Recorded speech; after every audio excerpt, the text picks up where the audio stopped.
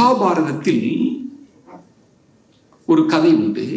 குருச்சேத்திர யுத்தம்லாம் முடிஞ்சிருச்சு.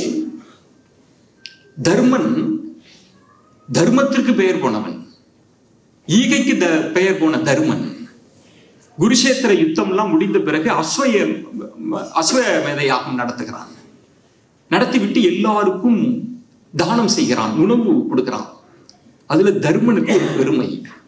நம்ம எப்படியெல்லாம் தர்மம் பண்ணியிருக்கிறோம், ஈகை செஞ்சிருக்கிறோம்.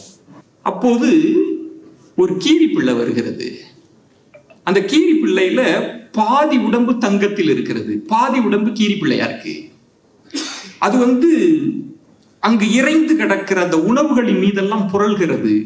புரண்டு விட்டு அந்த கீரி சொல்கிறது தர்மனை பார்த்து, இங்கு சரியா யாகம் நடக்கல, சரியா தானம் நடக்கல, சரியா தர்மம் நடக்கல போல இருக்கிறது அப்படிங்கிறது. தர்மனுக்கு ஆச்சரியமா இருக்கு.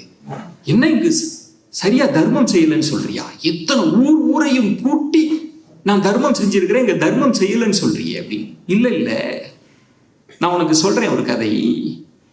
ஒரு ஏழை விவசாயி இருந்தான். அந்த ஏழை விவசாயி கடுமையான பஞ்சத்தில் இருக்கிறாங்க, சாப்பாட்டுக்கே வழி இல்லாம இருக்கிறாங்க. அப்படி இருக்கிற போது அவங்களுக்கு சோள மாவு கிடைக்குது.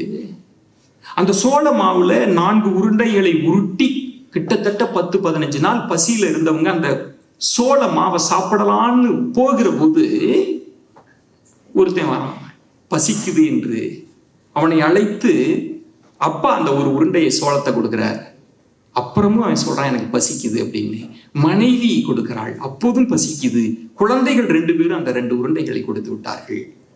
அந்த பசியாறி விட்டு சென்று விட்டான். அந்த கீரிப்பிள்ளை சொல்லுது, நான் நேராக அங்க போய் சிதறி கிடக்கிற அந்த சோளமாவு இருக்குல்ல, அதுல நான் புரண்டேன்.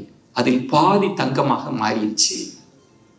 மீதி தங்கமாக மாறுவதற்கு ஏதேனும் தர்மம் நடக்கிற இடத்தை தேடிக்கொண்டிருக்கிறேன் என்று சொல்லிவிட்டு தர்மனிடத்தில் சொல்கிறது, அந்த விவசாயி பண்ணால அந்த தர்மம் அளவிற்கு நீ தர்மம் பண்ணல போல் இருக்கிறது என்று சொல்லிவிட்டு அதற்கு தர்மத்திலேயே நீங்கள் எப்படி செய்கிறீர்கள், அதான் ரொம்ப முக்கியம்.